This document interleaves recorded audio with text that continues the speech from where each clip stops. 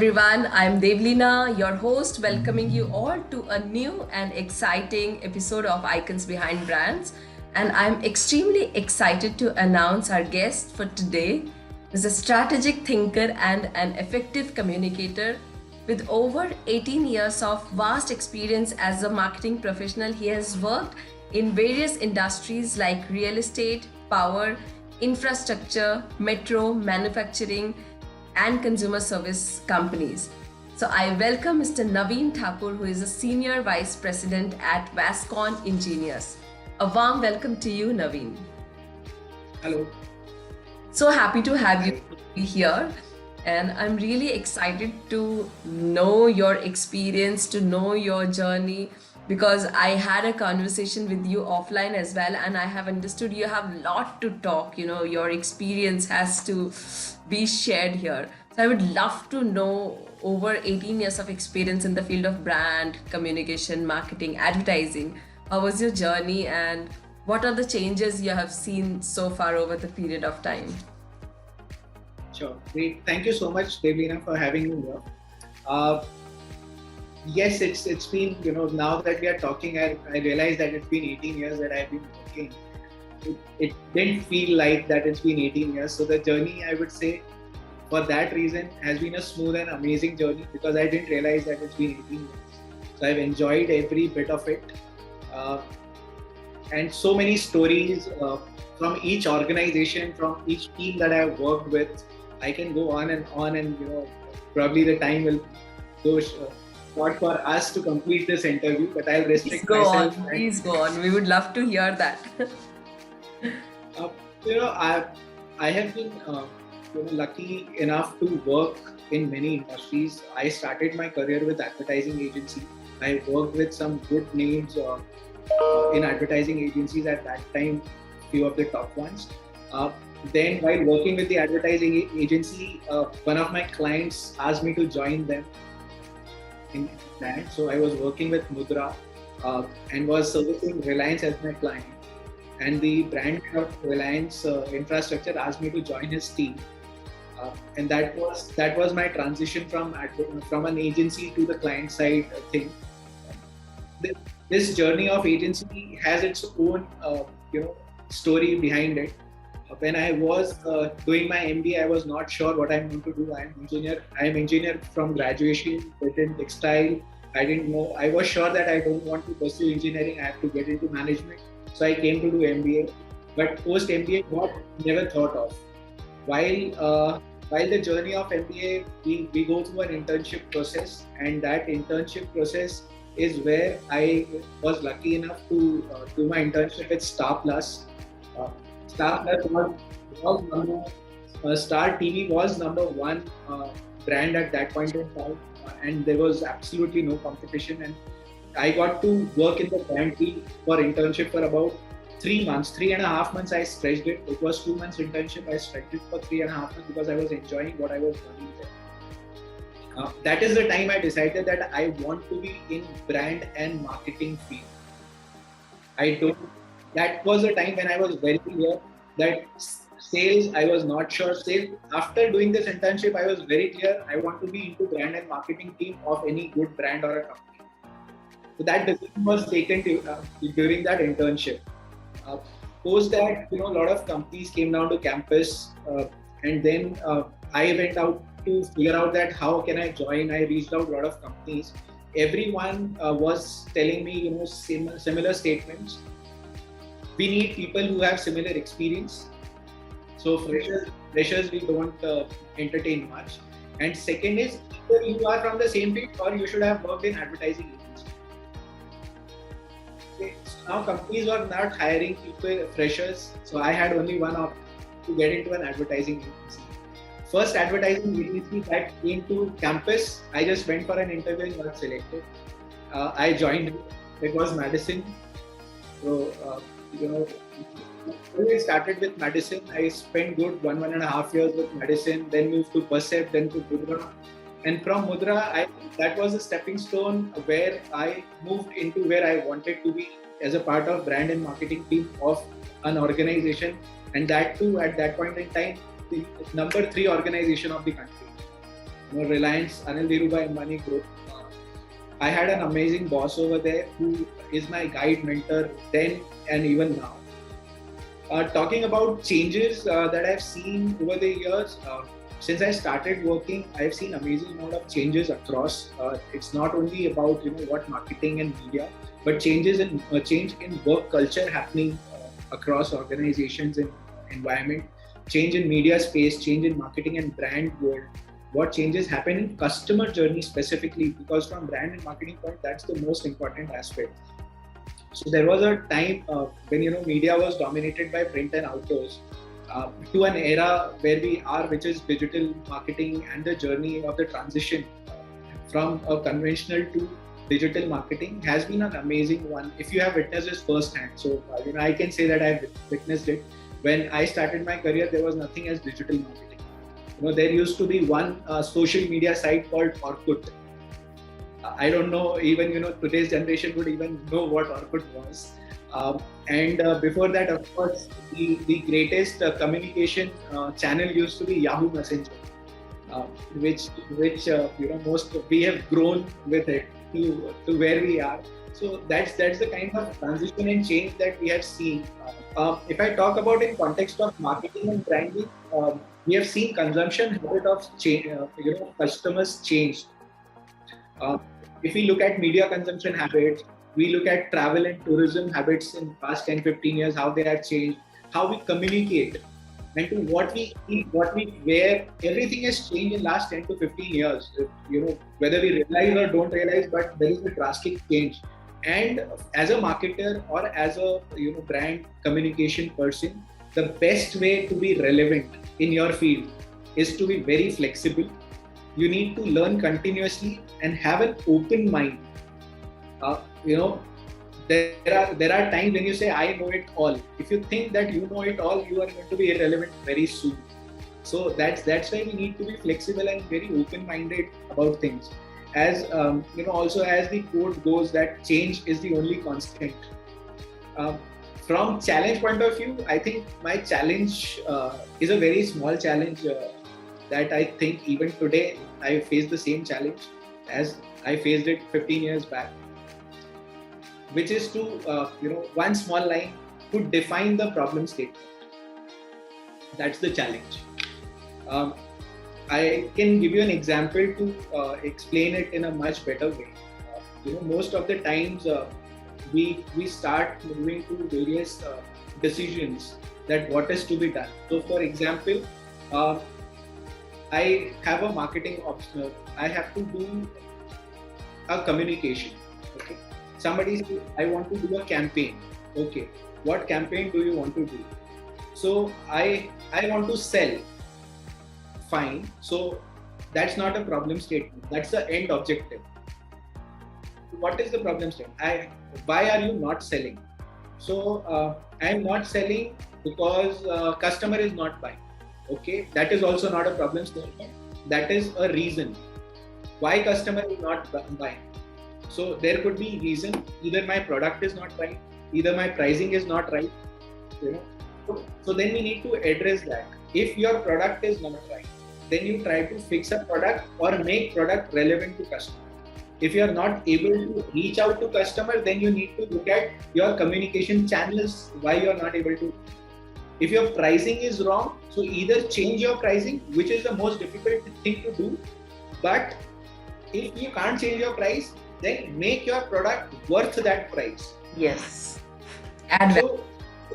So to understand this, you need to define this problem statement. If you define your problem statement correctly, then you will be able to solve it in a much better way. It's like a doctor has to diagnose your disease perfectly. If he diagnoses it rightly, he can give you the right medication to cure it. So this problem statement is nothing but the diagnosis of the problem.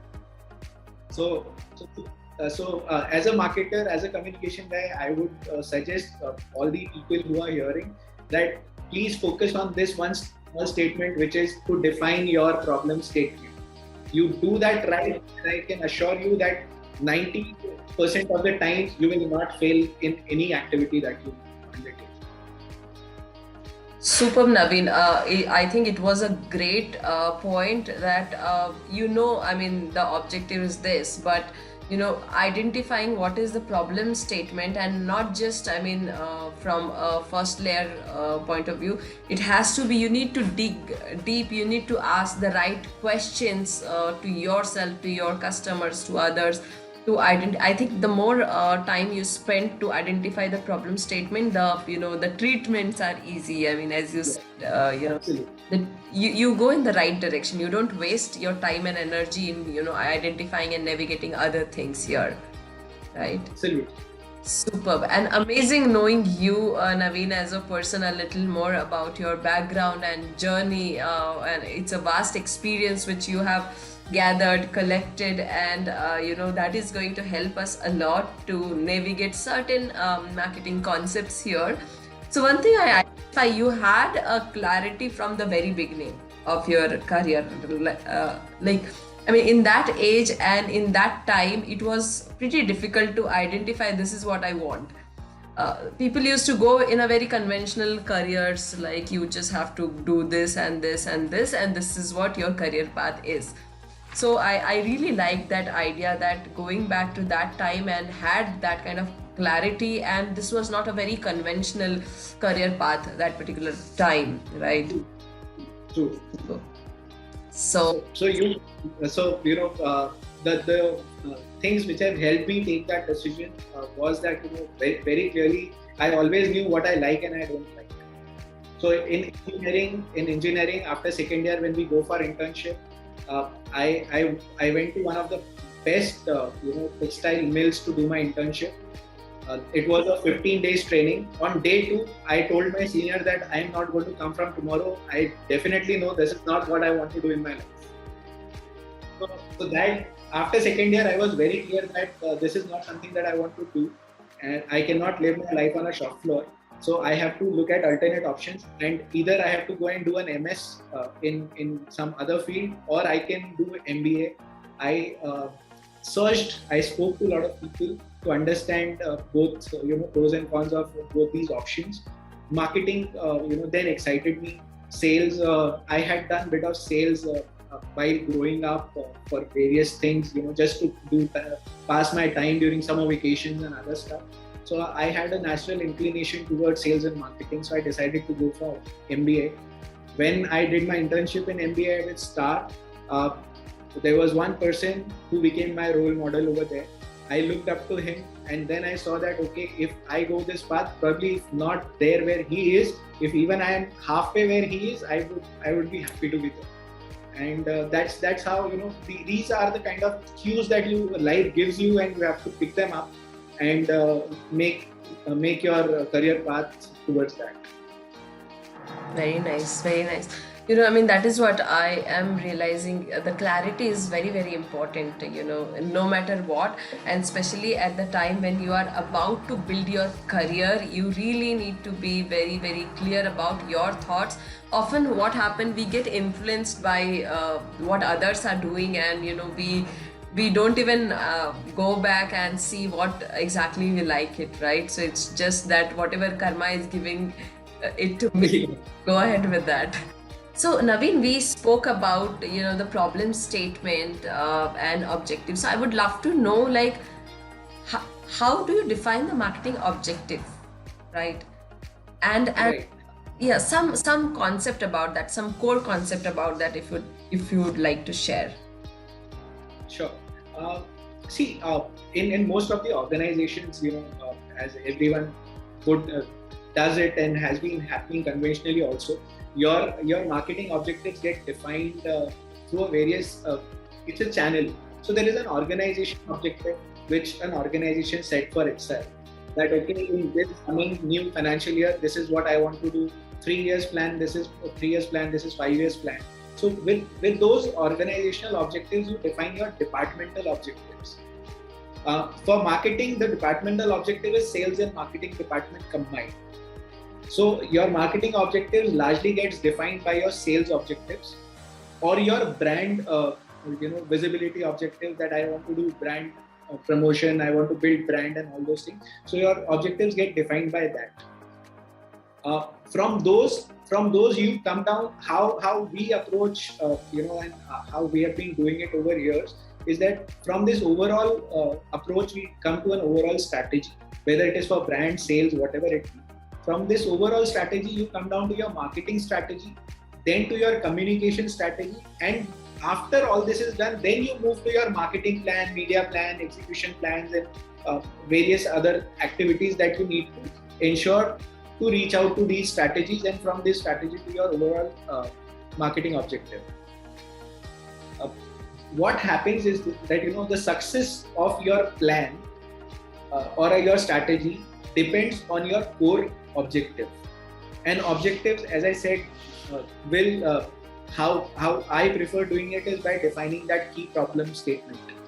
If I am launching a new product, I need to go back and do my research from the market point of view, that how the market is, who are the competition. I need to study competition from all aspects, product placement, whether it is pricing, whether it is their USPs or who are buying them. So defining target audience and target groups.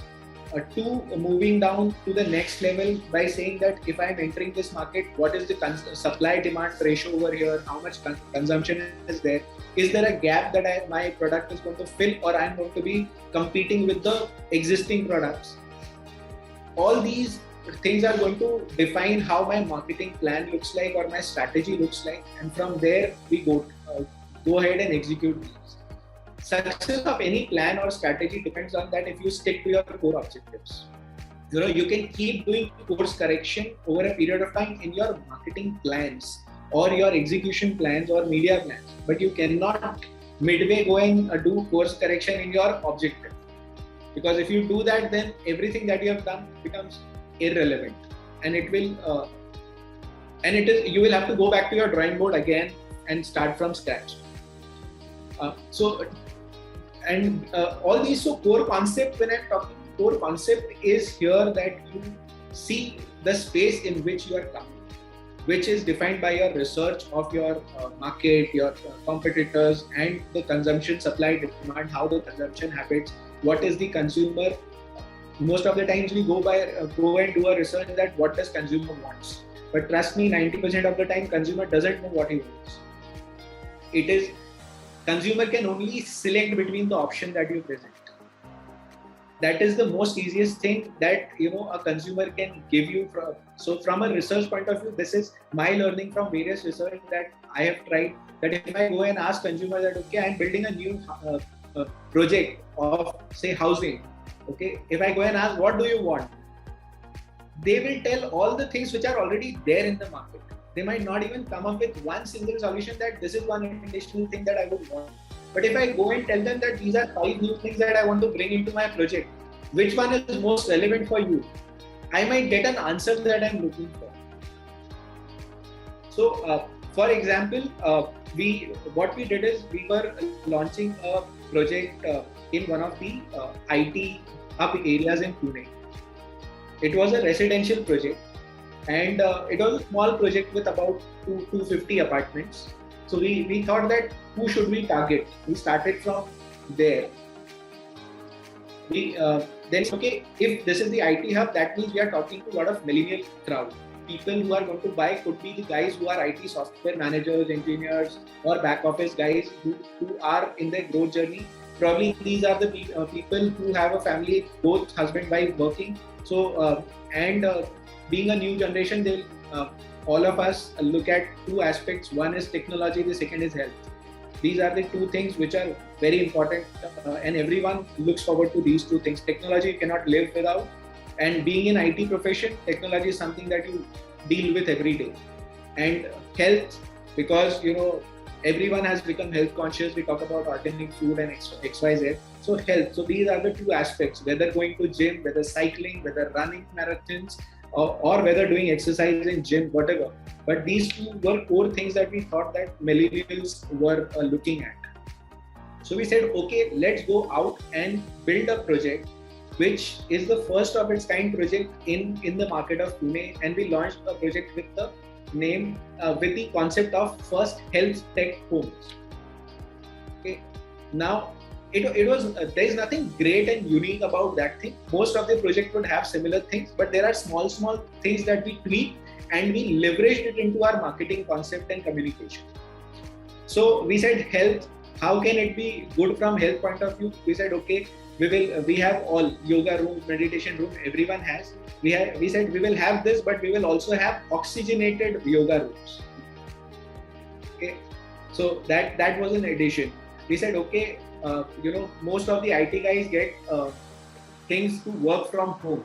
Now working from home is a concept at that time. Pandemic was not there, so it was like घर पे बैठ के काम नहीं होता है. We'll give you a business bay where you can go, you can do your video conferences, you can do your meetings, you can go sit over there and work. We created a crèche next to it so that people, husband, wife, both who are working, and if they have a kid, there is a crèche in the society itself. And if you are working in that business bay, you can monitor your kid, what they are doing, overlooking. From health, so this is technology. Oxygenated yoga room was health. We said our gardens, the landscaping that we will do of certain planters which emit more oxygen. So we did a research on which are the plants which emit more oxygen, which are the plants which emit oxygen 24/7. And did a lot of those kind of research to put across to our landscape architect that these are the kind of things that we want to do. Please design the landscape architecture according to this. We said at that point in time, home automation was largely luxury and premium business. We brought home automation in over here. So you can sit in your office and answer your doorbell. You can switch on light, through your mobile phone, fans, and all those things which have become very basic today. So we did that. So the success of that project came because of that unique small things that we did. We were 85% sold in first hour of the launch. So these are how you bring in concepts. So there is nothing, you need to bring innovative ideas. You need to help consumers take decision. You need to make life easy and simple. The more confused the customer gets, the lesser chances that he will make a decision to purchase immediately. But if you make his life easier, the purchase decision becomes faster. Your product selling cycle becomes quicker. So look at the customer, try to make his life easy. That is going to help you as a successful marketer, salesperson, or as an organization. Your success will get defined by that. Right.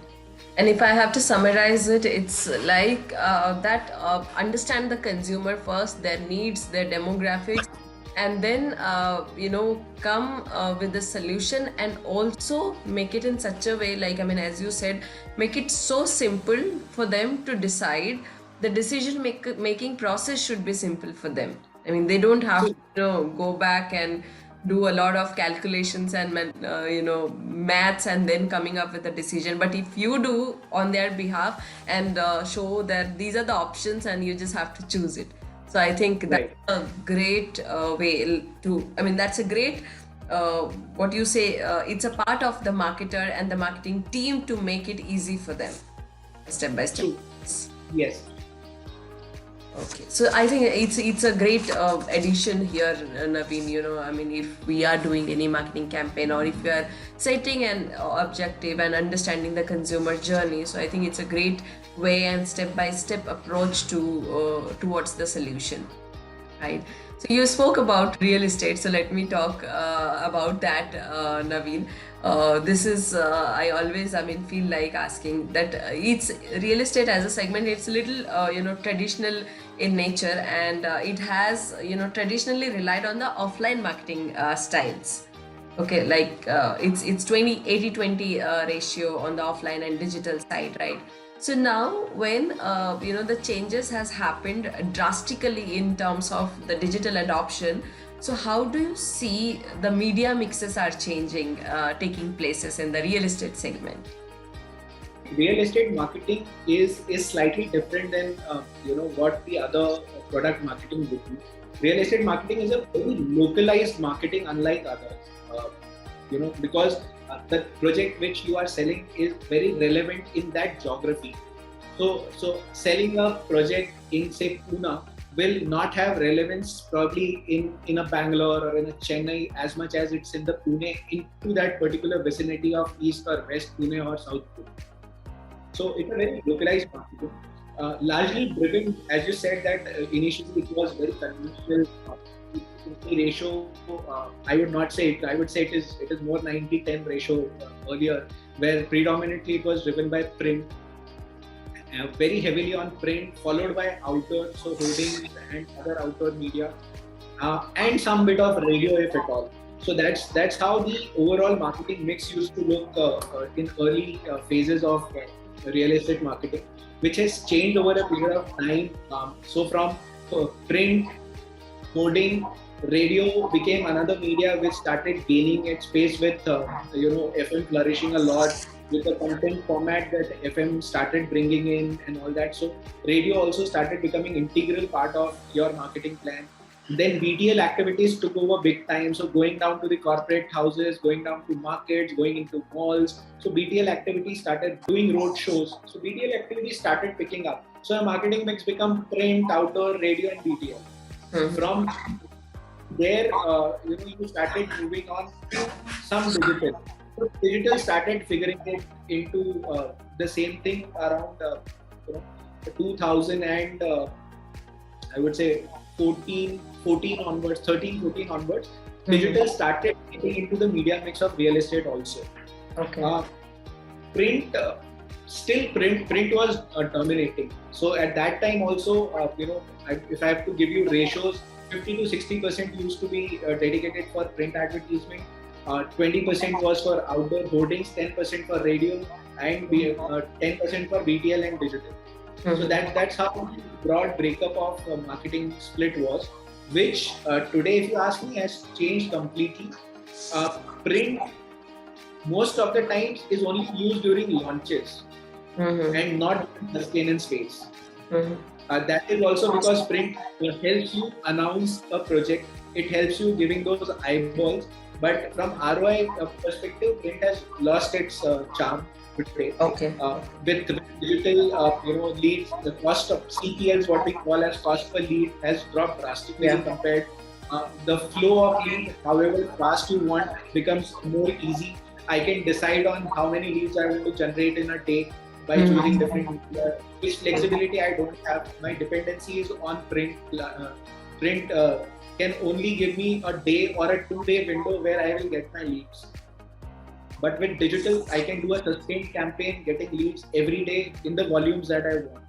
Hoardings, which are largely your project direction signages, I can say today, more than anything else. So yes, during launch you want to do a burst, but you can't sustain that kind of visibility throughout the year.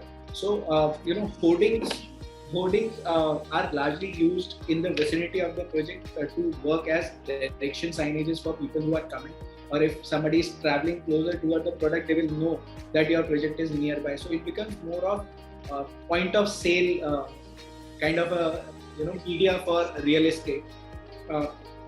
Radio becomes a great amplifier of your campaign because the frequency at which your ads can run on radio at a cheaper cost will help you amplify your campaign. And the innovations that radio guys have brought in by getting people on board, doing an interview or trying to get customer, or doing a studio shift at your site during launches and talking to customers, interviewing and all those things, that has helped change the marketing bit. Digital is the largest source for getting leads for any real estate company today. The marketing mix has changed. So in launch, your about 40 to 50% of budget is allocated to digital now, compared to a print earlier. Not huge. From a 2 to 5% digital spends to going to a 50% digital spend is an amazing transformation, and there is huge, and I can tell you there is still huge potential for digital to grow. even today after this much allocation. Print is only relevant, has been only relevant to the launches now. In sustain and space, print doesn't get that kind of response. Radio again is an amplifying media only, and BTL activities and outdoor. So outdoor in different markets works very differently. In Bombay, where out of home media is so very expensive, it's actually very difficult to afford and continue running a sustainable campaign in Bombay. So it is only a phenomenon of launches. Bangalore, almost the same case. Pune is very heavy on outdoors in real estate. If you come down to Pune, 70 to 80% of holdings are only occupied by real estate. That's the kind of visibility on outdoor in Pune is. There are certain cities which have banned outdoor, so you don't have any hoardings and all. Delhi tried to implement things. Bangalore tried to restrict the sizes of hoardings. Coimbatore has ruled out all hoardings out of the city and bus shelters. So the outdoor has its own limitation, and hence digital has picked up big time. BTL activities have picked big time. So a lot of people do road shows in various cities, going down international markets and all those things. And digital is the easiest media to reach out to anybody across the globe, sitting at comfort of your home. And hence it has picked up very nicely, and people rely on digital because cost effective, fast, it's completely in my control. I want to start a campaign today, I can start a campaign today. I want to pause a campaign today, I can pause. I want to stop, I can do it. So the flexibility digital media provides is amazing, and that's how the ratio has changed. This is the marketing and media bit that I talked, but how things have changed in real estate over a period of time from technology point of view. If I have to tell you, real estate was a very point of sale kind of driven market where customer has to come to your project to see, to experience, and to do. From there to book online without even visiting a site, the transition has been amazing. So that is one, which is the customer experience, how technology has improved customer experience. Yeah, and I think that is the biggest challenge for real estate market, right? To make the customer visit the site. So yeah, if you could talk on that part, would be great, Navin. So technology helped how to improve customer experience over a period of time. I remember back in 2011-12, I'm talking that old, about almost 10 years back. When I was with Godrej, we were one of the first companies to do AR/VR back then for one of our projects. Now we are talking AR/VR as the next thing, and all those things we did back then. Of course, it was not as interactive as it is today, but even by any standards, there is an iPad on which I just go click, I can see 3D views, and I've used all those things. So the transition from customer experience, which has changed, which has helped a lot, rather than waiting for a client to come on the site during COVID. These technological gadgets have helped a lot. Doing WhatsApp call and showing people project, by doing video call with them, or showing these 3D AR/VR stuff. So customer gets to know what the entire project is, and interaction has become very easy online. Second is the product per se. So real estate from a brick mortar product became an aspirational product to a lifestyle product today.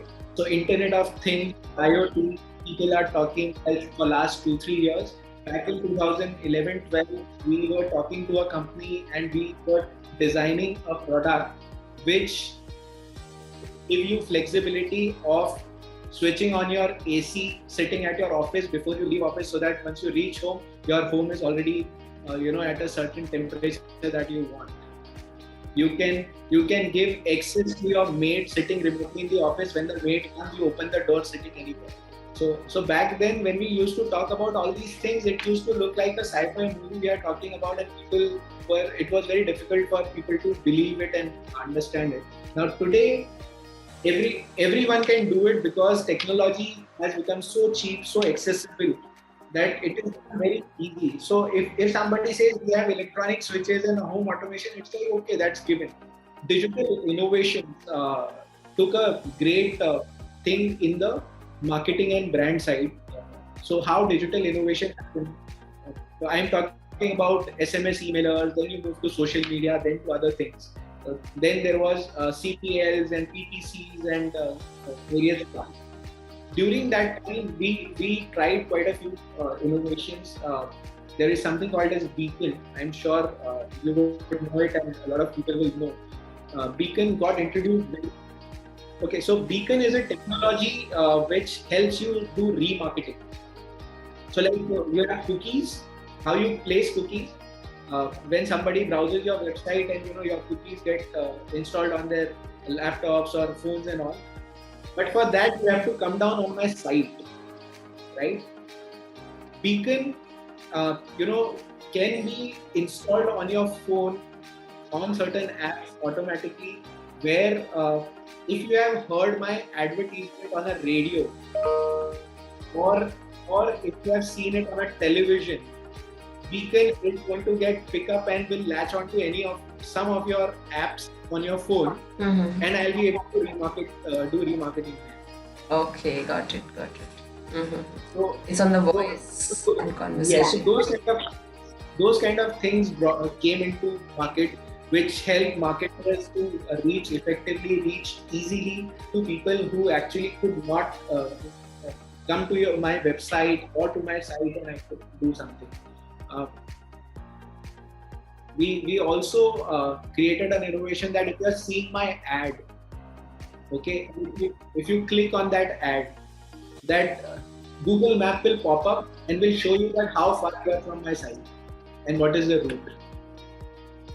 It's like 6-7 years back, this was a big thing.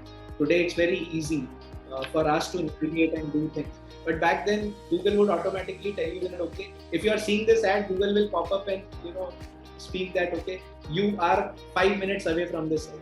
People want to see new things. They want to see what is new. Bringing, it might not be great. Very simple things you bring in. I'll give you an example. When everywhere real estate was talking about prices starting from X, that means this is the price plus this, plus this, plus this, plus this, right? So that's the concept. We launched an affordable home segment where we said that one price promise, this is the all-inclusive price, we don't pay a rupee more. So we brought it to that, and people were like happily surprised to see that, okay, I don't have to pay more than this. So, which gave them a fair idea that what is my cost of ownership, there are no surprises left. And you made them feel safe that this is what it is, make your money. Right. People feel safe. Yeah, and yes, in real estate there are different things, there is a floor rise, there is a preferential location, this spacing will have a different pricing and all. We said there is only one price promise, pick up any flat, any floor, this price doesn't change.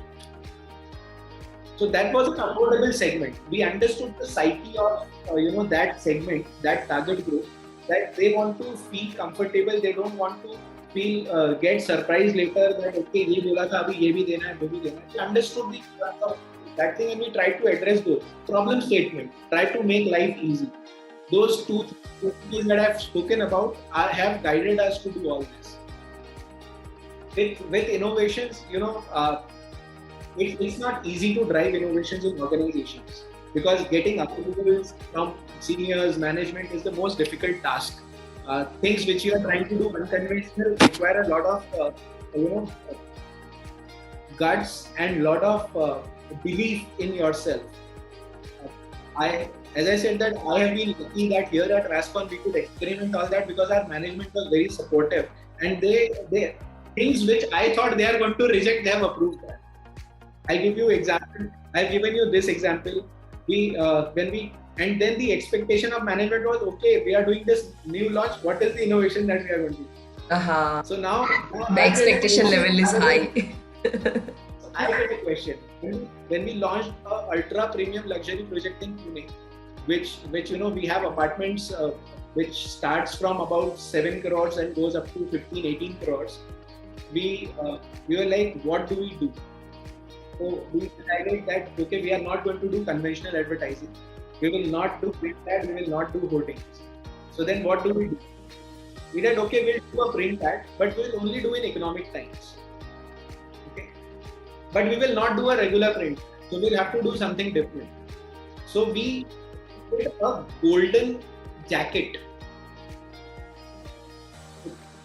Yes, so a golden color paper had my ad, a fourfold, inside which Economic Times was put up. And that's the innovation where I took it to my management that, sir, this is interesting, we should be doing this. Somewhere I knew that it might get rejected. They will say, this is too costly or it is not relevant and all that. They said, superb, go ahead, let's do it. What's the cost and all? So I said, we'll do Pune and X is the cost. They say, okay, why don't we do Bombay also? Fair enough. I say, if you are doing Bombay, let's take Bangalore and Delhi also. So from a small ad that I wanted to do in Pune, we did a 3 metro plus Pune ad, and trust me, the response that we got for that ad was phenomenal. The publisher, Times of India, people called me up and they said, Navin, since morning, phones have not stopped ringing. Everyone is asking, what is the cost of this? I also want to do this. Okay, super. My management got phenomenal feedback from the peer groups, from investment bankers, from different bankers. After looking at that ad, from Bombay, Bangalore, everywhere. That something, I feel proud that okay, if ever in Pune anyone is going to talk about golden jacket, my first ad will always be remembered. Oh yes. And these are all legendary, you feel so good that something has came out of you and now it's kind of like traditional. Absolutely.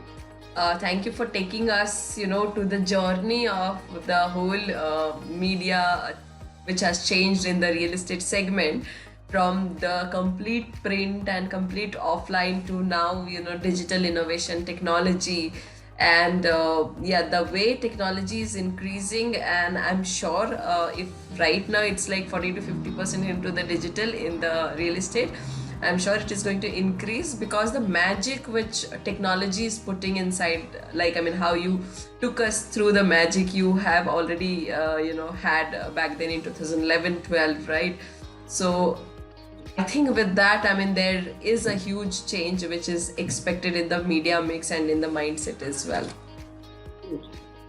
Definitely it should, and it will happen. It will, and because it's so rapid, the changes are happening so rapid. You took us to the Orkut era to right now we have whatnot, we can communicate in any way, any possible way, like video calls are so effective, easy, and it is in all the nook and corners. So these are very simple things, but the technology is very deep, which is yet to implement it.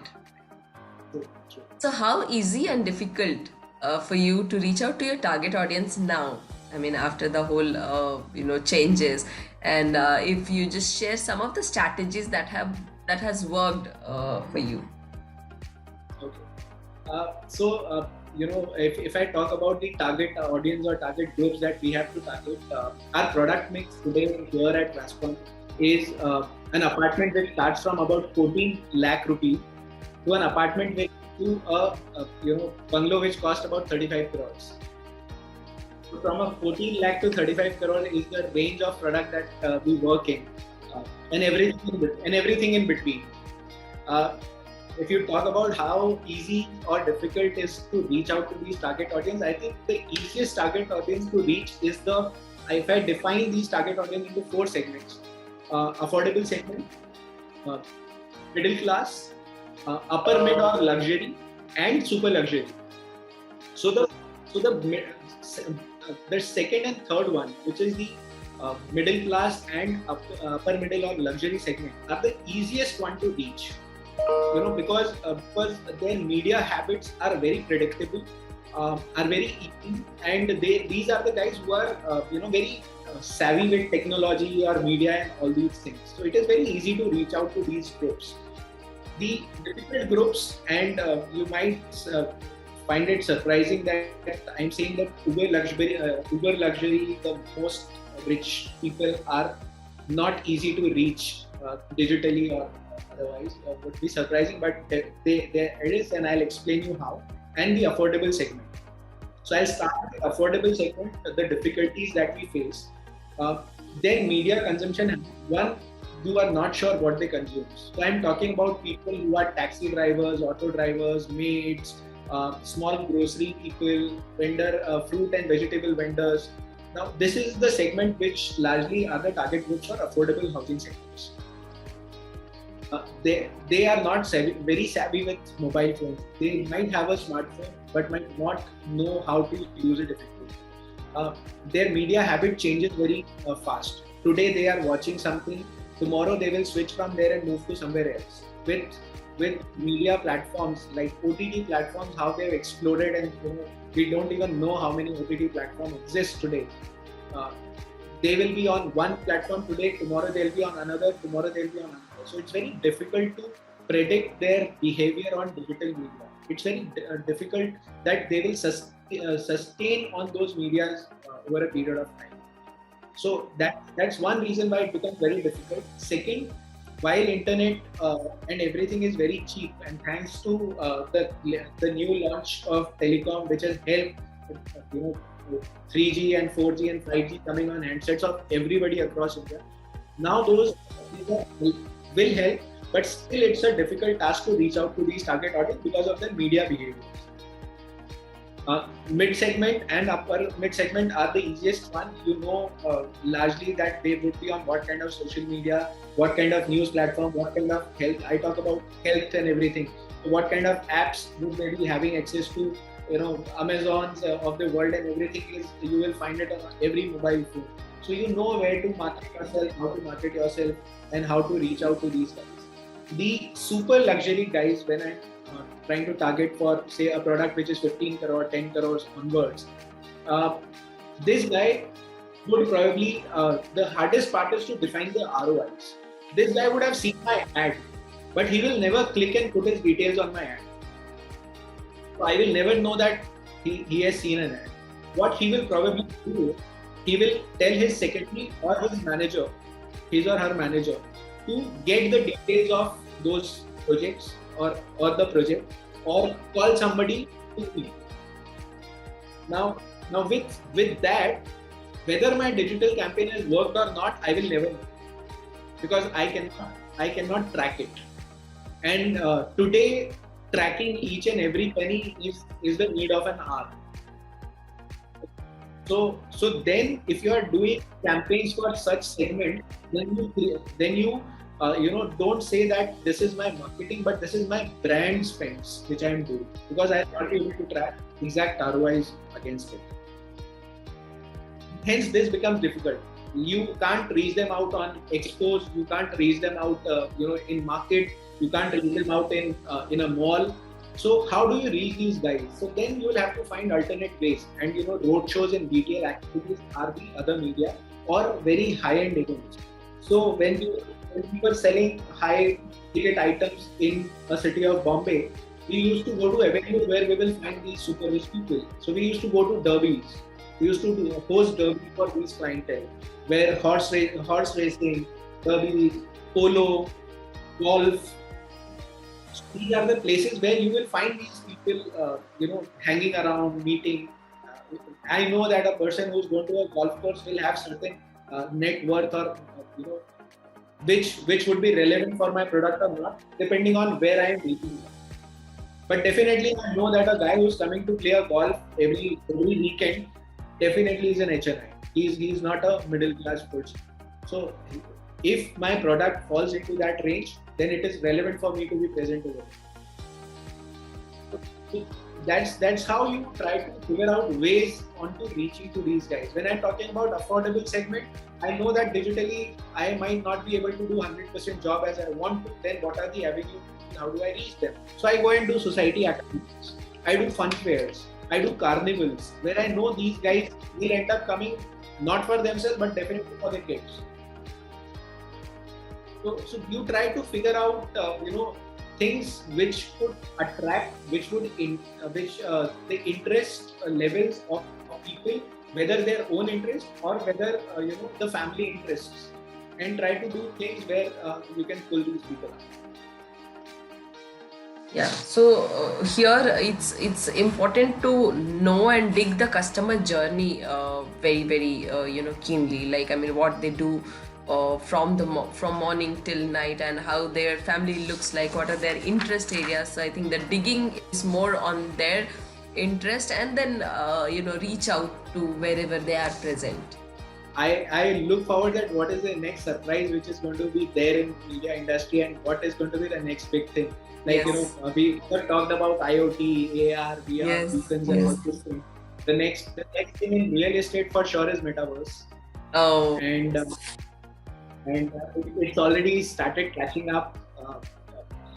Yes, it's going to take some time for things to get developed, and how user friendly it becomes, and how user experience is. That's the most important thing. We have already seen that happening at the Geo AGM, where they were talking about teleporting yourself while doing a call. So we have started working on something where in an apartment you can teleport yourself to any corner of the house and see how the house looks and all this. So we already have a ready product right now for next project launch, where we will be using not exactly metaverse as such, but a part of metaverse where you can teleport yourself to an apartment. So yes, it is very interesting from the user experience, customer experience, and media keep changing every day. At one time Facebook was the thing for digital marketing. Today Instagram has taken that bit, and you have to move at the same pace that the world is moving, so that you are not left behind. Yes, very true. For that, being in the right groups, in the right circles helps a lot. Not only that, you reading about those things, and it's very easy today. If you want to know what metaverse is and what that ocean means to you, you just have to go Google it, and you will have loads of video talking about basics of metaverse, what can be done, and possibilities. So it is very interesting, challenging, because you need to adapt with them and try to figure out your space into that world and execute it. And interesting because new possibilities. Because it's new. Yeah. It's actually thrilling, and it's very exciting to know the possibilities, and I'm very excited to see how the media and marketing is taking the opportunity of metaverse and going ahead. So it's really exciting how the market is changing rapidly, right? So, you have worked with various industries, Navin, many industries, right? So, if you could share some of your learnings from various organizations and industries which you have been associated with, that would be great. So, working with each organization has been an experience in itself. Each company has its own unique value system and unique vibe to it. To say that, my first company, Madison, where I started working, the things that if I have to see that what learnings I have got, so I would say that from Madison, I learned being humble. And that I learned from the man himself, Sam. Even today, you go and meet, he is so approachable, so humble, and so soft-spoken. And second is persistence. So these are the two takeaways that I would say from Madison that I have. Reliance, I learned aggression, passion, hunger to get something done. With Reliance, there is lots of learning. But if I have to talk about key, I would say these are the things. Aggression in work, you have to do something, and just go and do it, whatever it is. Passion, because people over there never used to, if they are calling you, they will never ask you, why are you not in office? They will say, are you in office or not? You will say, I'm not in office. They say, fair enough. This is the work, finish it. Nobody questions that why are you not in office or why are you outside. It doesn't matter. This is the work which needs to be finished. If it is done, job done. And hunger to get something done. So much diversification we have seen when we were part of Reliance. So if we wanted to go and do a metro project, we will do everything to ensure that we get the contract for us. That I've seen that kind of things happening over there, and I have learned that the passion, the commitment that people have for doing certain things is amazing. So Reliance has been a great learning ground for me. Uh, Godrej, on the other hand, was a very great employee-friendly company. There is amongst all the organizations that I have worked, this is one company which is very employee-friendly. The other important aspect there is that they trust their employees. And I'll give you a very small example to put that point to a context. There are no sick leaves in Godrej. If you fall sick, you can take as many sick leaves as long as you are sick. Oh my God. That's the trust that have. Kind of trust they put into A their. small policy, but see the impact. So if I and it doesn't define you can take only 10 sick leaves in a year or a 12 sick leave. If I am sick for 20 days, 25 days, they trust me that you are sick, that's why you are not coming to office. So that trust from Godrej. Vascon, on the other hand, I've seen a company which believes in a lot of things to let go and not to get into fights or arguments with partners. So even if that if we have to lose something, it is fine as far as we are maintaining the good relationship with people. The other important aspect is that passion for doing things, trying new things, giving freedom. As I said, that most of the innovations that we have tried in last 4 years in this organization, I had full support from management. So that's the kind of the culture of this organization. I have spent about 5 years. Trust me, I am the youngest senior professional in this organization. Okay. So I don't need to say much more because that shows that there would be a certain kind of culture that people are happy to be here. On an average, 15 years is the average tenure of people who have spent here. Okay. Super. So these are few of the takeaways from organizations, learnings that I have got. And I cherish them a lot. Yes, and this is how you build yourself, the unique you. You take it from many places, and that is how you become what you are today. Okay. So Navin, with that, we are now moving to a very interesting section, which is a rapid fire round, which will allow us to know you as a person a little more. And in this section, we are going to answer in as minimum as possible, one word or one sentence. Describe yourself in one word. Responsible. What motivates you to get out of the bed in the morning? Aspiration to do better than yesterday. I think, yeah, that's a great driving force. So texting or talking? Absolutely talking. Okay. Early in the morning or late in the night? So it's a big struggle between morning and evening. Though I want to be a morning person, but it's a struggle because of the work balance that you need to do. But yes, definitely I am for morning. Okay. For me, it's both. I love mornings. I love nights. So it's again a struggle. Yeah. So biggest accomplishment this year? Yet to come. Yeah, I wish you all the very best for that, Navin. Thank you. What is that one leadership lesson you learned on the go as a people leader? I think communication is the key. As a leader, you need to talk to your people. The more you talk, the better you understand them, and that helps you build good relationship with people, and it gives comfort. So that communication is the key for me. What sort of leader would your team say about you are? Trustworthy and open. One key learnings that you have picked up from your team? I take a lot of energy from my team. That keeps me going.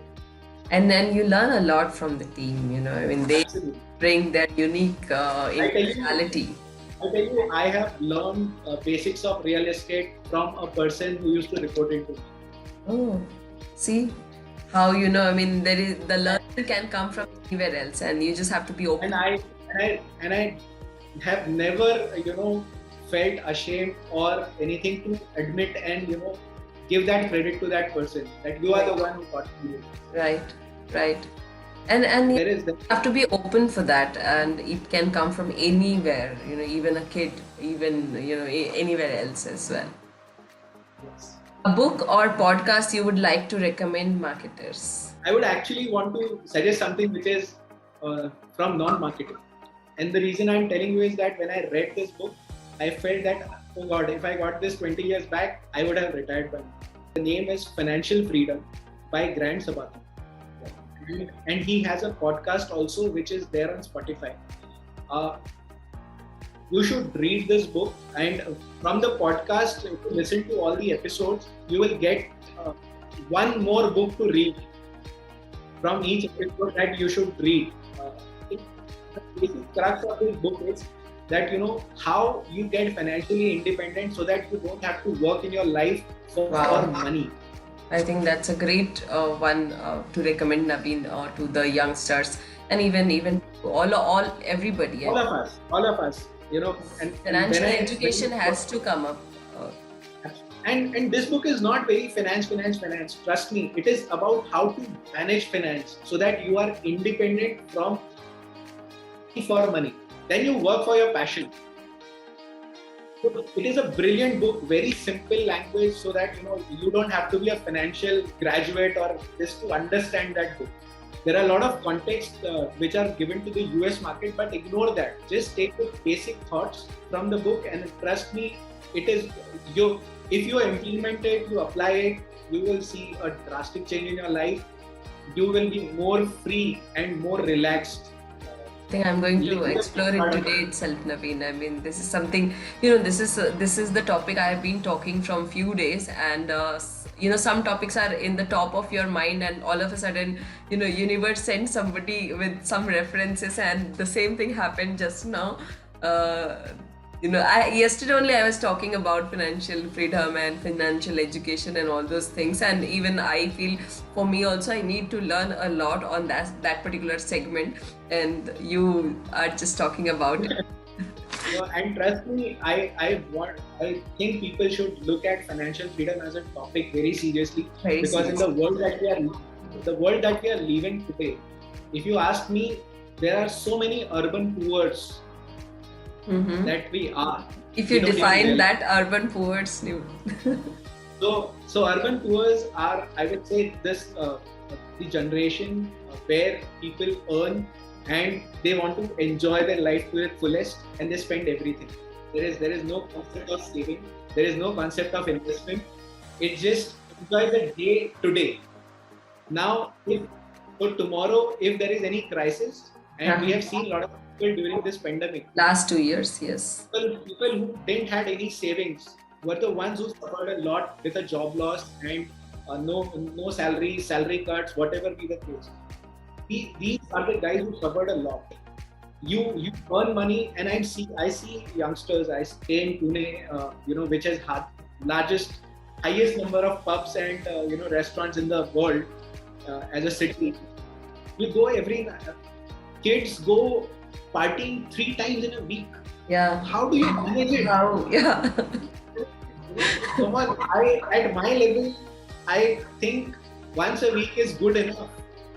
Yeah, there is a saturation, I mean, you have other things to do. I am not against partying, I'm not against going out, but I'm saying manage your finances. Please do, with all means, enjoy your life. But be responsible. Be responsible. Think about your own future. Forget everything. Yeah. That's the reason why I would recommend this book. That should read this book. It's a very good book, and I think and I think many youngsters, this era, I feel many are becoming very conscious about their future, about their career, about their finances and all, and books like this, recommendations like this is going to really help the people who want change, who are inspired to change themselves. So I think it's a great addition to it, Navin, and we are out of the rapid fire round with that. And before we wind up the conversation, Navin, I just want to understand, your message to aspiring brand leaders? Sure. So, there is a lot of responsibility as marketers and as brand leaders that we all carry. We need to take that responsibility and onus very seriously, because a lot of messaging that we do has a lot of impact on the customers and the external world. So be a responsible marketer. Be focused. Be with focus. Trust me, comes clarity of thought, which is the biggest driver for being a successful marketer, communication strategist, or a brand leader. Clarity of thought is very important, and that comes through focus. If you think that going around and talking to an office boy in an office will help you understand what his life cycle is, please, with all means, do take him out for a coffee. Spend an evening with him. He will open up and talk everything that you would want to know. You don't need to hire a research agency to do it. So understand, and then try to make life easy for the customer. Gone are the days when the demand used to drive traffic, supply used to drive traffic. Today, demand is the driver. Customer is king. We have been hearing it for long. We are living in the age where customer is the king, and we are running behind customers. So, to know that you are running behind the right customer, it is important that you know who you need to run behind. Be focused. Enjoy working. Be honest to your work. I think if you are honest to your work, you will succeed for sure. It might take time. That is the mantra. I think that is the mantra. The core philosophies are same no matter which era we are. Being honest and being very consistent about your work, being very focused and being very responsible about your work is the core mantra for everybody to succeed and towards reaching to the success. And one thing you said ki no matter who is your customer, who is your target group, go extra mile to reach out to them. Go and understand, go and talk, go in the field, go in the offices and talk to them, understand their pain points, problems, and then identify the solution. I think these are the foundations, and that is how you build the whole strategy towards it, right? Yeah. And thank you for sharing such valuable insights with us, Navin, throughout the conversation. With this conversation, I realized, there is a lot of clarity which you have in your mind as a person and as a leader. And this is how you took us through step by step with each and every concept, topics, discussion points which we had today, and even I have got a lot of takeaways through this conversation, and I'm sure it is going to add a lot of value to the viewers and listeners here. Yeah. So thank you for your time. Thank you, sharing these insights. Happy to be able to contribute. Thank you so much, Navin.